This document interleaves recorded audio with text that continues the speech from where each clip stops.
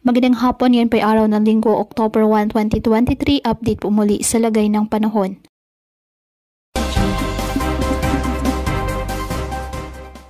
Ayon sa Pag-asa, ang pinagsamang epekto ng trough ng Bagyong Jenny at ng habagat ay magpapaulan po sa silangan at katimugang bahagi ng Luzon, kasama po ang Metro Manila.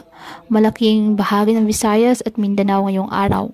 Localized thunderstorms naman ang posibleng magpaulan sa nalalabing bahagi po ng ating bansa. Sa ngayon, taglay po ng Bagyong Jenny ang lakas ng hangin na 85 km per hour at bugso 105 km per hour. Patuloy itong kumikilos pahilagang kanluran sa bilis na 20 km per hour.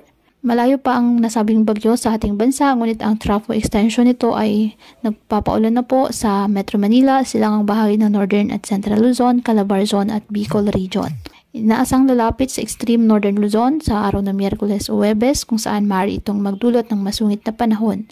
Hindi inalis ang posibilidad na ito ay maglandfall sa Batanes, Babuyan Islands o sa dulong hilagang bahagi ng mainland Cagayan.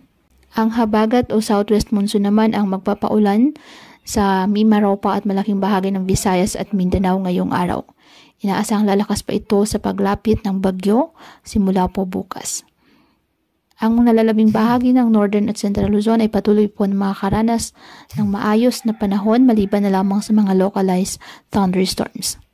Kaya pinapayuhan ng ating mga kababayan na maging maingat po sa mga posibilidad ng pagbaha at pagguhod ng lupa, lalo na po kapag may malalakas na ulan, at ugaliin na magdala palagi ng payong o kahit anong panangga sa ulan o kahit naman sa init ng araw kapag lalabas po ng ating mga tahanan.